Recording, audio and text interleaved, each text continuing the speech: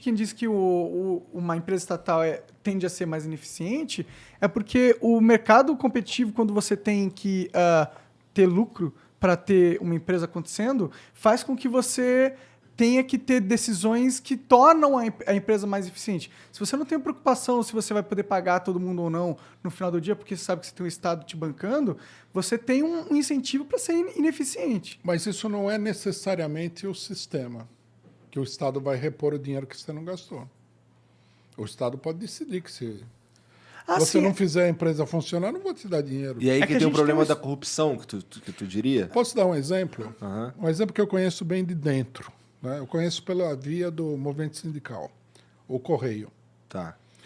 O Correio, agora não, porque ele está para ser privatizado, e quando a empresa está para ser privatizada, eles acabam com a empresa. Mas até, vamos supor, 5 anos atrás, o Correio sempre foi uma das empresas mais eficientes do Brasil. E esse problema que você coloca nunca existiu, sabe por quê? Porque o Correio entregava o lucro para o Estado. O Estado não dava dinheiro para o Correio. O Correio dava lucro. Que seria o ideal de todas as empresas estatais, na minha opinião. Seria o ideal. Eu acho que é importante também que os trabalhadores sejam bem remunerados. Né? É uma maneira de distribuir o dinheiro para um número maior de pessoas. E de manter os funcionários felizes e tudo mais. Né? Exatamente. Claro. O cidadão, você é trabalhador da Petrobras. Você está ajudando a criar uma riqueza imensa para o país. Você tem que receber uma parte dessa riqueza. O Estado não pode pagar você o mínimo. Não pode pagar um salário que não é o suficiente para você viver em sociedade, tá ligado? Tipo, faz sentido você ter um emprego com o Estado e você não ganha o suficiente para ser um cidadão completo, tá ligado? O trabalhador do Correio, por exemplo, os salários nunca foram muito altos. O salário é baixo. Tanto que tem muita greve no Correio. Mas o movimento sindical conquistou muitas coisas. Por exemplo, uma coisa que eu sempre falei para os companheiros do Correio, eles nunca valorizaram, agora estão perdendo isso. O Correio tinha um plano de saúde integral para o trabalhador e a sua família. Você imagina isso? Você trabalha na empresa, você tem um plano de saúde. Você pode ser atendido em qualquer hospital. Minha esposa foi trabalhadora do Correio. Eu usava os planos de saúde do Correio. Pode crer. Quer dizer, é uma empresa eficiente, não poderia dar mais para o trabalhador, evidentemente, mas ela dava melhor do que outras empresas privadas. Hoje em dia, você tem um emprego que paga legal e ainda te dá seguro de saúde, porra. A gente não consegue fazer isso aqui, tá ligado? Eu não consigo pagar seguro de saúde para todo mundo, é muito caro. Um seguro de saúde igual ao do Correio vai te custar uns R$2.000 pelo menos. Sim. Se for familiar, vai para 3, 4 mil, Sim. do tipo que eles tinham. Sim. Então, quer dizer, a empresa pode ser eficiente. O Correio, ele tem uma história, né? É uma empresa muito tradicional. Os militares sempre consideraram o Correio área de segurança nacional. Militares aí de certa capacidade, né? Mesmo na época da ditadura, eles criaram uma empresa que funcionava. Lógico que na época da ditadura era um quartel aquilo. Depois, quando acabou a ditadura, melhorou o ambiente interno. Mas, ao mesmo tempo que eles criavam esse quartel, eles também organizavam. E o Correio ele tem um clima, assim, sempre teve entre os administradores, eu conheci vários deles, que são administradores de carreira.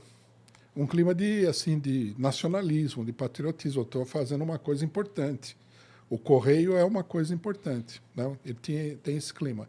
O Correio tinha uma universidade de administradores postais. Não sabia disso. Da hora. Não, o Correio para a história da humanidade é fundamental, né? Como que uma pessoa ia saber o que está acontecendo no Cafundé do Judas se não é o Correio? Se não fosse o Correio. Como que ele vai receber as paradas? E hoje mudou, mas continua sendo muito importante. Com a internet. Dá para se argumentar que o papel fundamental do Correio diminuiu um pouco com o advento da internet, mas ainda existem muitos lugares rurais onde a internet não chega e o Correio chega. Mas você tem a distribuição de mercadorias que são compradas pela internet, que é uma nova utilização do Correio. Né? Sim. Mas eu acho que nesse caso o Correio é um pouco ineficiente. Eu queria que a gente fosse um pouco mais... Tipo a Amazon, tá ligado? Você pede, o negócio chega no dia. Mas seria foda. Eu acho que o Correio ele era eficiente antes. Agora que ele está decaindo. Cara, eu sempre tive muito problema com o Correio. É porque eu gosto de importar coisas. Eu sei que é first world problems, tá ligado? Mas, tipo... É raro quando eu não sou taxado absurdamente por alguma coisa que chega de fora, que não tem aqui.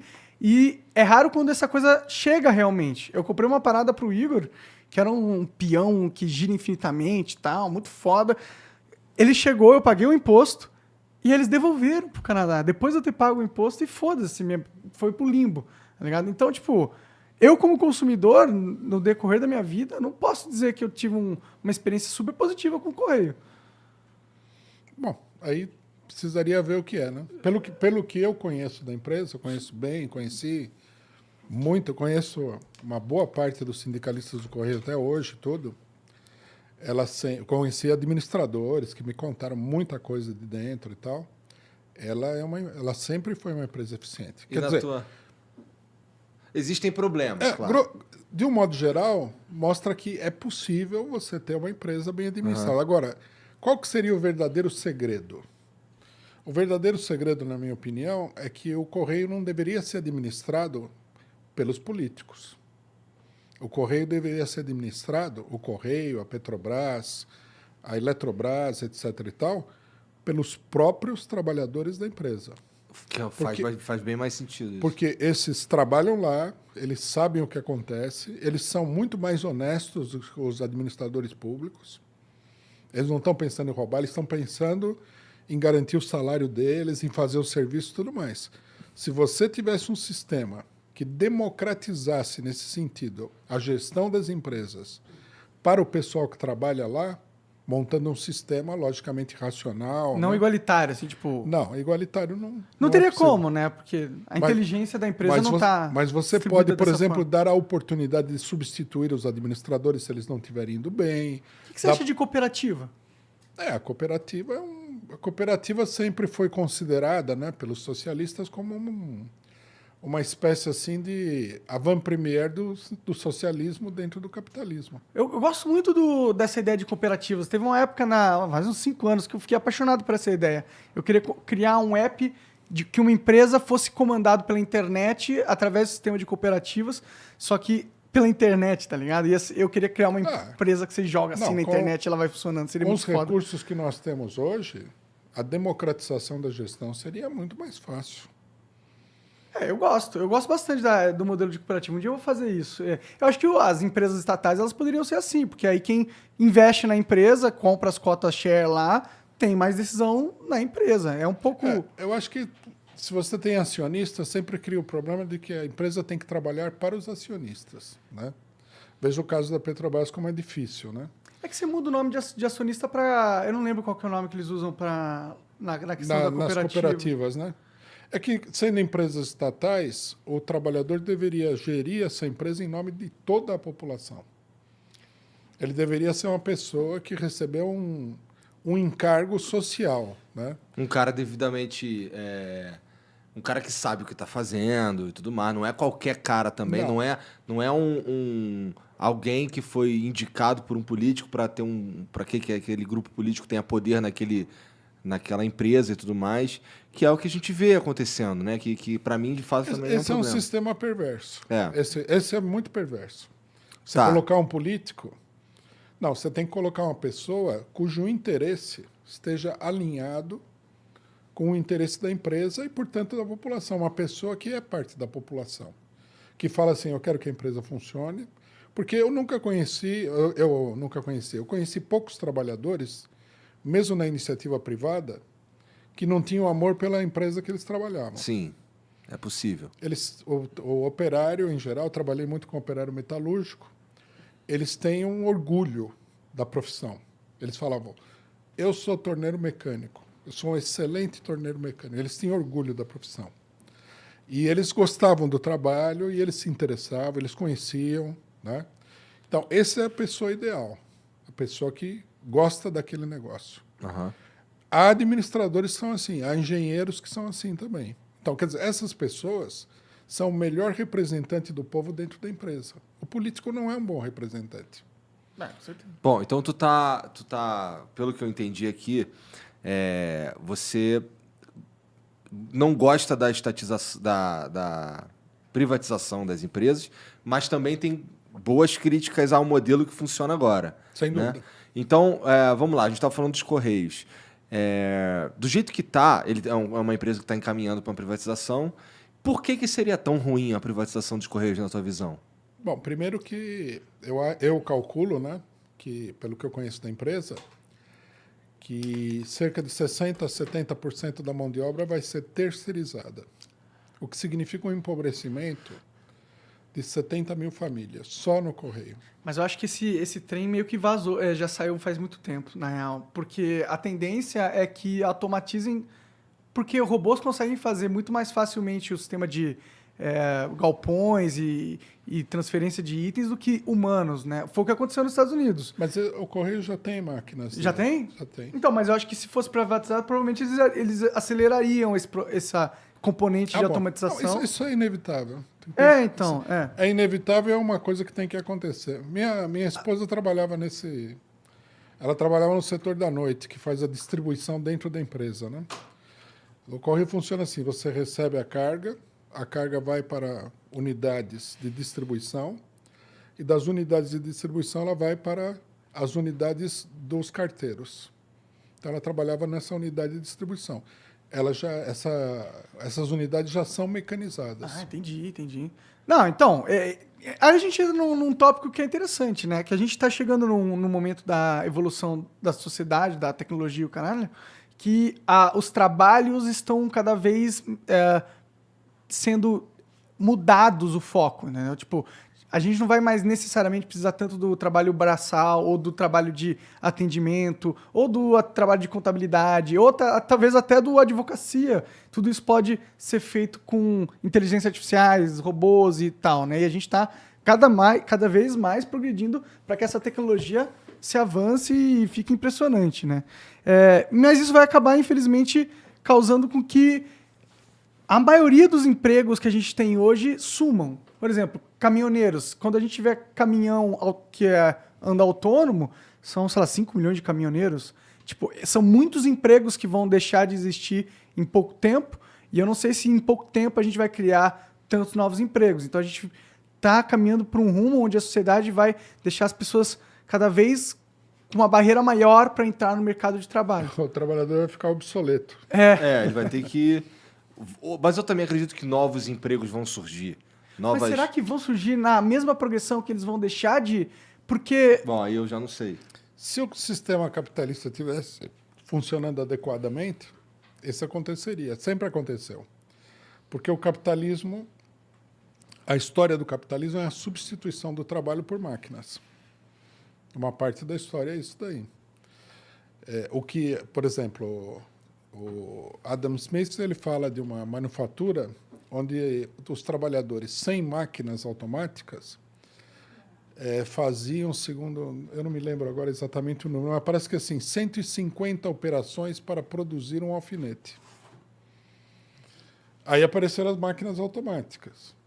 Então, quer dizer, o que levava, sei lá, 20 pessoas para fazer um alfinete, já reduziu para 3, 4 pessoas. Isso sempre aconteceu. O problema é que o sistema capitalista não funciona mais bem. Então, primeiro que a economia não se expande. Nós temos uma crise de superprodução desde a década de 70, né, que vem forçando o capitalismo a racionalizar a economia. Você vê quanta empresa fechou. Imagina, por exemplo, uma União Soviética. Quando acabou a União Soviética, a quantidade de empresas foram fechadas. Por quê? Foram fechadas porque a empresa alemã, a empresa francesa, japonesa, norte-americana já produzia mais do que o suficiente, então fecharam essas empresas. Quer dizer, o capitalismo está numa fase de liquidação do ativo, né, para poder comportar a produção que está em redução, está se reduzindo. Então, nessas condições, não vão ser criados novos empregos. Mas é uma situação anômala. Nós temos um sistema doente. Né? Quando você diz que a produção está reduzindo, como assim? Se diz que menos produtos estão sendo produzidos? O que você quer dizer que eu não entendi muito bem? Menos produtos estão sendo produzidos. Hoje em dia? Será? Nós temos uma quantidade muito grande de gente. Aqui no Brasil, você diz, não no mundo todo? No mundo todo, no subconsumo. Não. Nos últimos 30 anos voltou a escravidão de milhões de pessoas. Escravidão. Mas é que, tipo, eu sinto que hoje a gente consome mais, compra mais do que antigamente. Não, alguns setores sociais consomem mais determinadas coisas, né? Eu sinto que tá cada vez mais digital o que a gente consome também, menos produto físico, né? Tem isso A gente daí tá também. gastando cada vez mais com coisa... Eu gasto mais com... Não, mentira. Eu gasto muito com comida. Mas eu gasto bastante dinheiro virtualmente com coisas que não são tangíveis, né? Então, tá rolando uma mudança mundo, nesse né? sentido. Você compra um aplicativo, Sim. você compra um programa de computador, Uma assinatura qualquer. uma assinatura digital, é tudo... Mas eu não consigo ver que o mundo tá diminuindo a condição.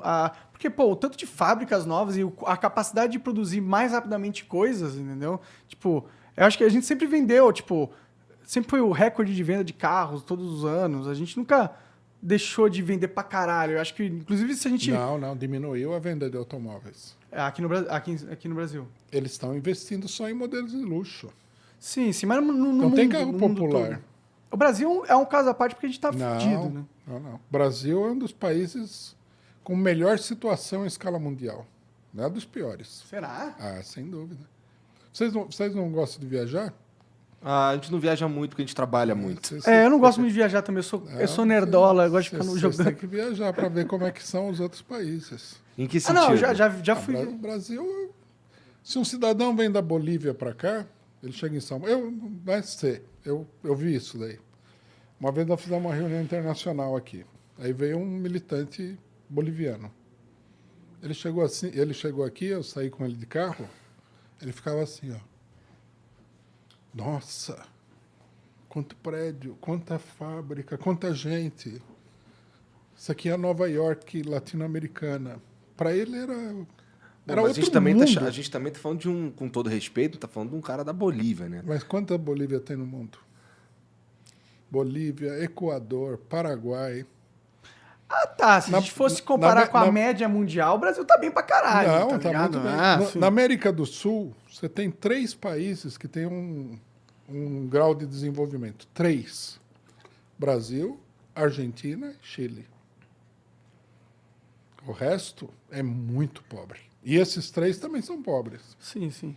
E a Argentina é bem mais pobre que o Brasil e o Chile também. É que nos big players, né? Tipo, aonde os maiores do mundo, nesse cenário, o Brasil tá fraco, né? A gente não é um grande competidor, né? Não que a gente não tenha A gente tamanho. não tá afundado na merda, mas tamo lá. Mas fundo. se Não, mas veja. bobear muito, você afunda. Você aqui, por exemplo, né? Um estúdio como esse de vocês aqui, em São Paulo, você tem um grande número de instalações como essa. Se você vai para o Paraguai, você não vai achar. Entendi. Sim, com Não certeza. tem. O nível de desenvolvimento é muito baixo. Até se você comparar com os outros locais do país, né? São Paulo é uma grande metrópole à parte, assim, de todo o resto. Se você isolar só o Sudeste, o Brasil já estaria quase chegando no primeiro mundo. Mais ou menos. Não. São Paulo é muito desenvolvido. Mais ou menos. Você sabe que vocês precisam viajar para o Oriente Médio. Não quero ir falar não, tô de boa. Ô, Rui, desculpa voltar nesse O assunto. mundo é muito pobre, viu? Muito Não, pobre. eu concordo com você. Não, eu acho que o Brasil... Desculpa Não, claro. interromper. Eu acho que o Brasil tem muitos problemas. Mas uma coisa que todo brasileiro devia saber é que, mesmo assim, mesmo o Brasil não sendo a Europa, não sendo os Estados Unidos, porque isso aí também é uma raridade. Quanto a Europa tem? É aquele pessoal lá.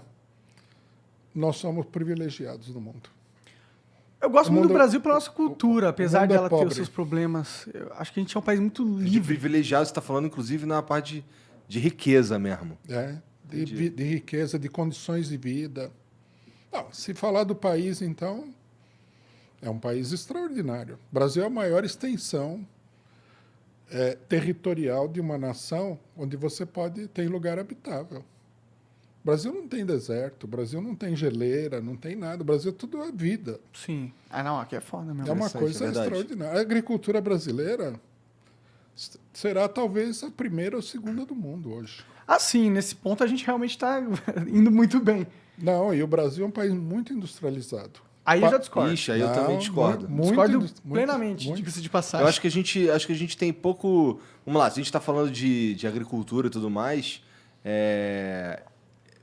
Bom, não sei, eu não sei exatamente se a informação está correta, mas pelo que eu sei, a gente exporta muito produto. Por exemplo, a gente exporta, sei lá, um exemplo, a gente exporta laranja e compra o suco da laranja. A gente exporta coisas assim sem estar A gente não tem industrializadas uma e indústria compras tecnológica industrializadas. forte, a gente não tem, tipo...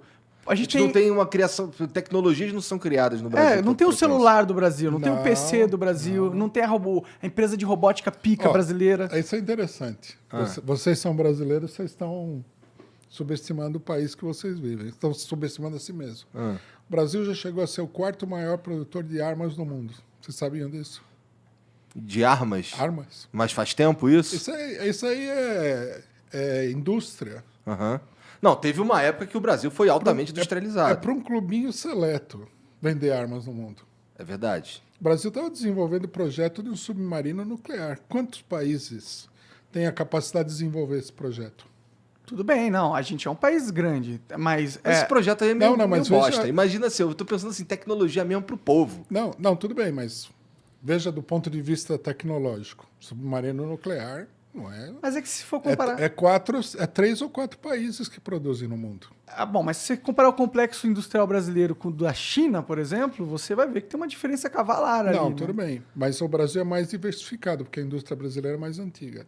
Por exemplo, a Embraer, ela é a 3ª maior indústria aeronáutica do mundo. Terceira. É a Boeing, como é que chama? Não sei o que lá, Airbus e a Embraer.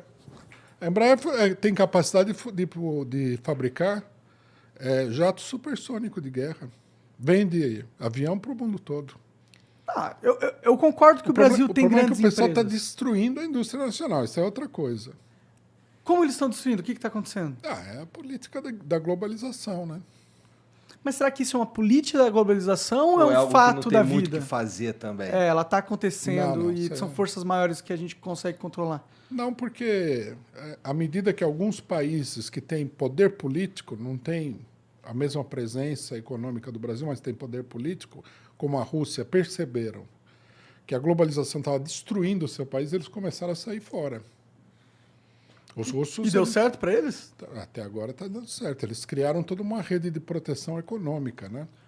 Desvincularam a moeda do dólar. Não, isso é interessante, mas isso são processos estratégicos que todo o país devia fazer, mas isso não significa que está fugindo da globalização, né? Tipo, está se protegendo com um novo fator. Não, eles estão tentando sair fora. É que